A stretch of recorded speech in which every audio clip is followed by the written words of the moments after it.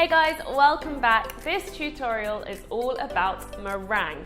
I get loads of questions about meringue. I also get loads of you sending me your pictures of your meringue kisses from my tutorial that I uploaded a few years ago. However, I still get questions about this wonderful stuff and how to shape it and how to create different things using the same product. So this tutorial is all about how to use meringue in different ways. So when it comes to different shapes and different decorations, I love using Swiss meringue. So I go on and on about how many different types of meringues there are. Swiss meringue is firstly what I make before I turn it into Swiss meringue buttercream, hence the name. There's also French meringue, which gives a more crumblier meringue, and also an Italian meringue, which is when you make a sugar syrup and pour it into the whisking egg whites and therefore cooks it.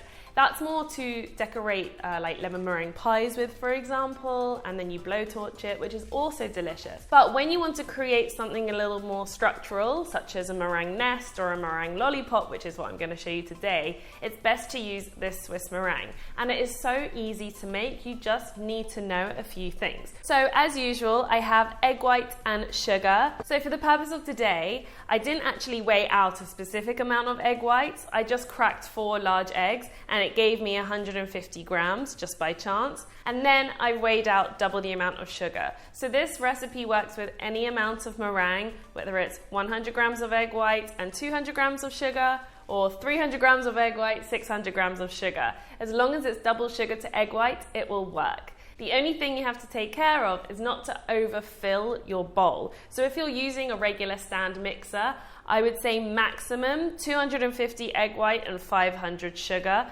because otherwise you won't incorporate enough air because the bowl is too full. But before I go in with the egg white and sugar, I'm just going to talk about what else you need to create some specific meringue decorations. So I've got some colours here, gel colours as usual. I've also got a paintbrush because on one of them I'm going to paint the inside of the bag with some water just to clean my paintbrush with.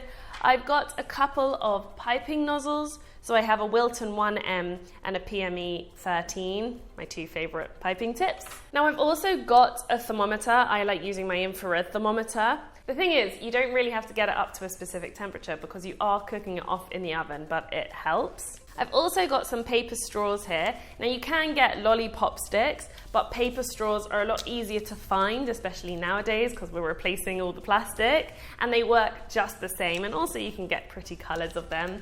And then I've got 2 trays, one with a non-stick mat and one with some paper. The meringues work the same on both, but I'm just going to show you the difference anyway. I've also got a pan of simmering water to the side for when I cook the meringue, but first I'm going to show you how to prepare the piping bag. And like with the kisses, I'm going to turn the piping bag inside out. Now what's important is you actually want to turn it out as much as possible without losing that triangle so you can bring it back through. So I actually put my finger in the bottom and move the end of the piping bag upwards as much as possible. So actually the hole at the end is as big as my finger. That's a good indication of when it's small enough. And I've got a jar here which I'm just going to rest the piping bag on so I can free up my hands. So I'm going to show you how to pipe rainbow swirl lollipops first of all. So I've got a rainbow selection of colours from blue to yellow to pink and purple and green, and I'm going to paint stripes down the piping bag. So the first thing to remember, it's important to paint the very top end of the piping bag, not down here. If it doesn't touch where the piping bag bends in, it's not going to come out on the meringue. So that's super important. So I've got the blue here, and I'm going to paint from the top about halfway down. Just one line. Now I'm not sure if you can see, but it looks like the colour disappears, but that's just because of the reaction of the colour on the plastic. Don't worry, the colour is very much on there and it will come out really nicely. So next to the blue, I'm going to go on with my next colour. I like leaving a gap of white so you can see when you pipe some white as well. It looks really nice against the colours. And again, another line. Now the lines don't have to be perfect, it's not too obvious when you pipe out your meringue. Next I'll do the yellow, then the green, and finally the purple. So I've got 5 lines of colour. I didn't actually space them so evenly, but it doesn't matter too much. I can now lift off the piping bag, put my hand inside and grab that triangle. If you're having trouble grabbing it, you can always put the end of your paintbrush in the piping bag and push it towards your hand. And this is the moment where everyone gets scared because they think they're going to ruin the lines. Don't worry, you're not going to. You could just pull it back through. And then I like to put it into the jar so it's ready to fill once the meringue is made. With the other 2 piping bags, I'm just going to apply the tips in. Now, some people ask me if you could do the stripes with a tip. I actually find with the piping tip, it kind of stops the colour from coming in. I've done it before where I've actually painted the inside of the tip as well, but I think it's a little bit more fiddly. So I'd rather paint a piping bag without a tip and then colour meringue if I want to get some coloured meringue with specific shapes. So now I'm ready to make my meringue. You can of course prepare your piping bags while the egg white and sugar is heating up, but I just wanted to show you rather than being over the heat and doing it at the same time. Also, it's important to watch over the egg white and sugar just in case it catches. So egg white straight into my mixer bowl along with my sugar, and I'm going to give it a good mix with my spatula. So I don't want to see any lumps of egg white still in there. So once your sugar and egg white is fully incorporated, this can now go onto a pan of simmering water. Now, if I were to just leave this and walk away, what will happen is that the steam will only cook the underneath and leave the rest of the egg white and sugar, and then you can get scrambled egg white, which you don't want. You want a nice, glossy, even meringue. So I'm going to stand over it, keep mixing it and keep scraping the sides down. And what you're looking for is for all the sugar to dissolve in the egg white. So what I'm doing as I'm heating it up, I'm constantly scraping those sugary bits down the side of the bowl back into the egg white mixture, because I don't want those sugar crystals to remain crystals. I want them all melted into the egg white. And every now and then I'm going to read the temperature of it.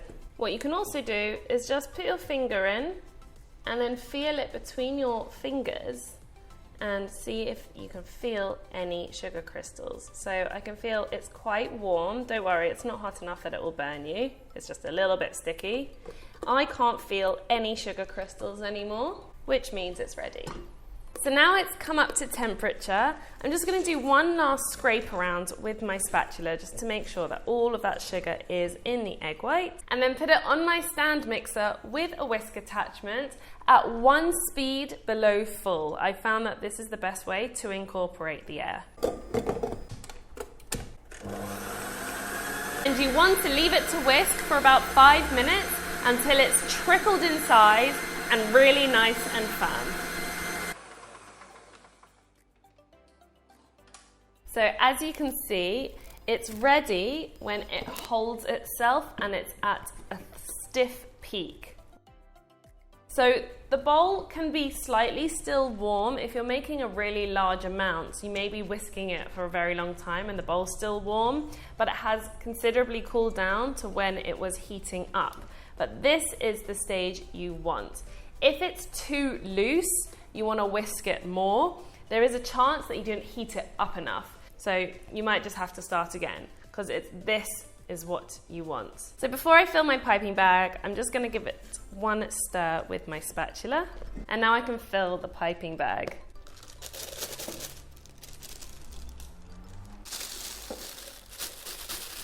And now I'm going to cut the very end of it, so about 2 centimeters from the bottom. So it is smaller than the size you would cut for meringue kisses. And before I pipe, I'm going to put it onto the surface and almost push the meringue and stroke it through. So this gets rid of some of the air bubbles, but it also ensures that the colour is on the meringue and it will definitely come out when you pipe. So that's one piping bag ready. So I've got my piping bag with my 1M nozzle, and I'm going to leave the meringue whites for this, because I'm going to create some meringue nests, which are a really nice dessert, especially if you want to make individual portions. And then I'm going to colour the remaining. So I'm just going to go in with a couple of drops of gel food colouring, naturally using pink, and mix that in.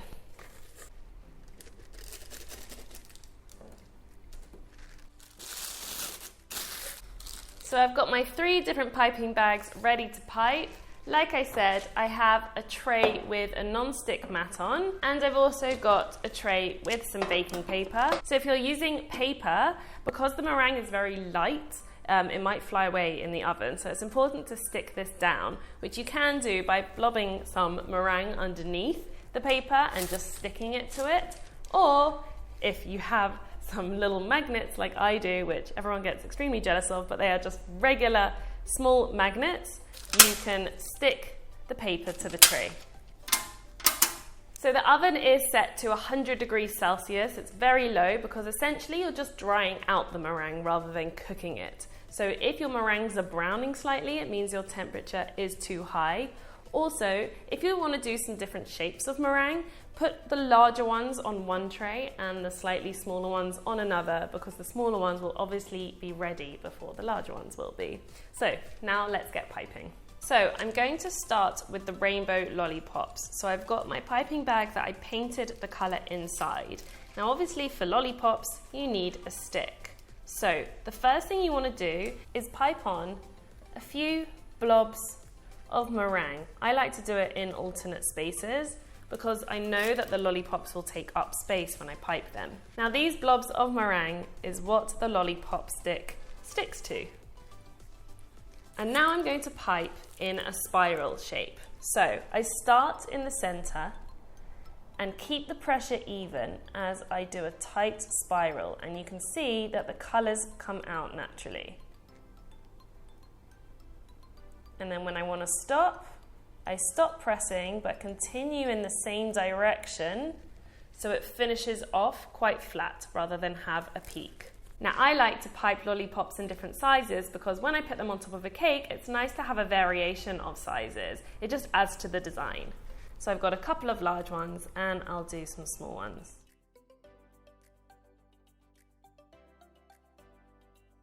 And that is how you pipe the meringue lollipops. Now I usually have some leftover meringue when I do lollipops, and it will be a shame for it to go to waste. So I'm going to make some kisses, and I can use the same piping bag by snipping off the end. So I make a larger hole.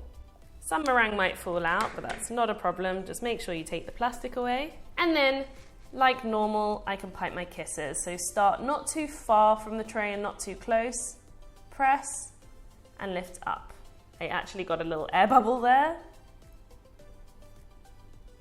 So with one piping bag, you've managed to create 2 completely different decorations which look amazing on top of a cake.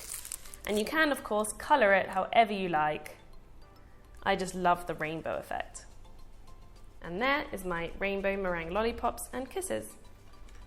So this time I'm going to make lollipops using the 1M nozzle. So I'm going to start the same way, just by piping some meringue onto the tray. And you can obviously see that the piping nozzle gives it a nice shape. Once again, stick the straws to that blob of meringue.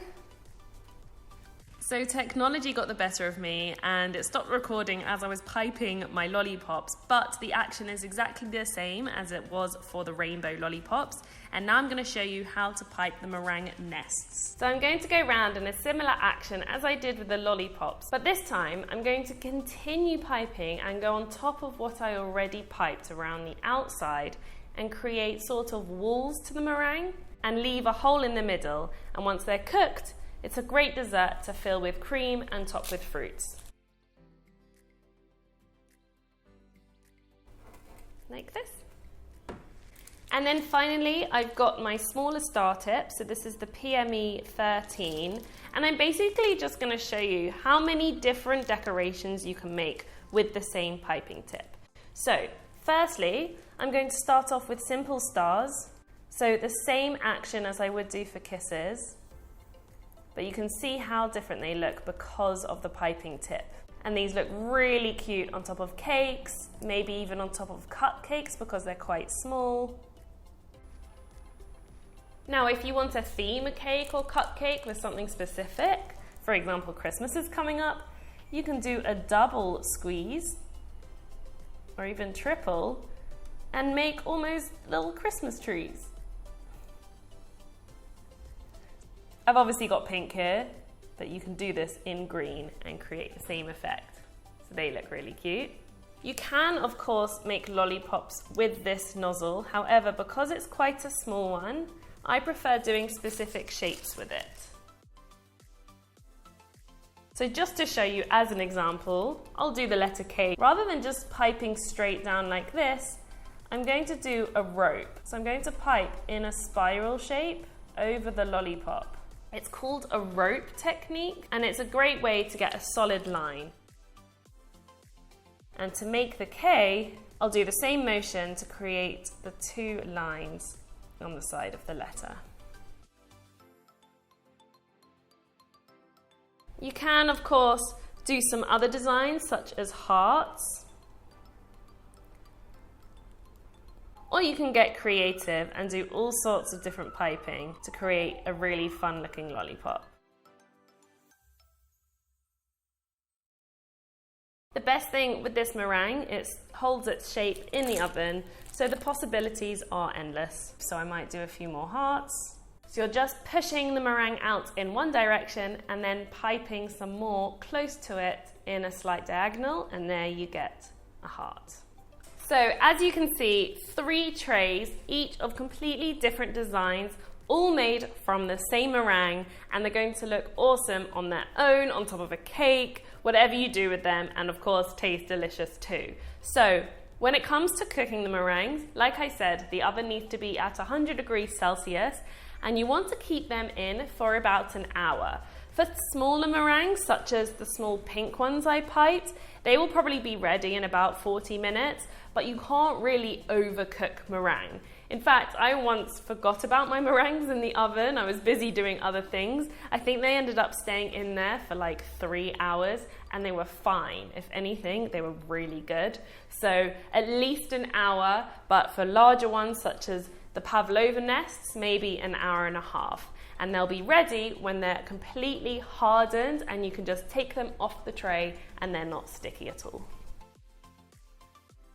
So meringue is cooked. So what I ended up doing is leaving it in the oven for an hour and a half, and I felt that the meringues were cooked enough, and I could literally take one off and it holds itself. So that is what you're looking for when it comes to meringue. So what I'm going to do is just show you the difference of how it comes off paper and how it comes off the mat.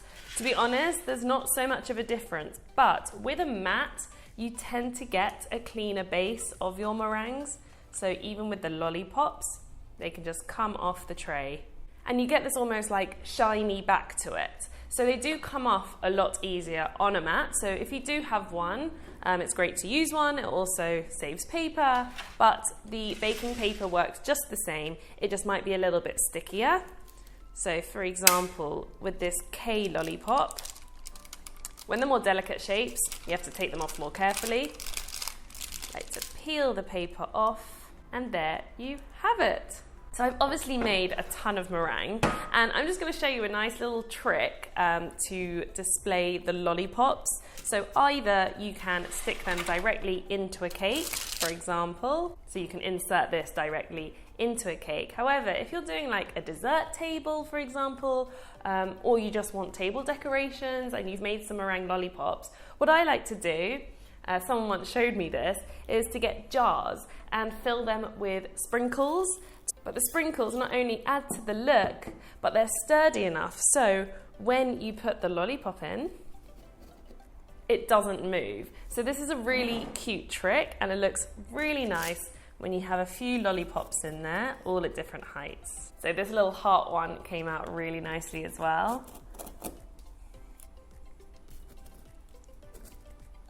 Just like that. So they're really nice table decorations, and obviously you can theme them, and then the others just simply come off the mats and paper. And if you've watched my other YouTube tutorials, you'll see that most of my cakes end up having kisses on, simply because you're halfway through making Swiss meringue buttercream when you make Swiss meringue. So I like to do it at the same time. So you can see there are endless possibilities with meringue. Try it out, try different shapes, different colors, even different piping tips. Let me know how you get on. And of course, if you do try them out, remember to tag me at Georgia's Cakes on Instagram. In the meantime, if you haven't already, please subscribe to my channel, like this video, and we'll see you next time.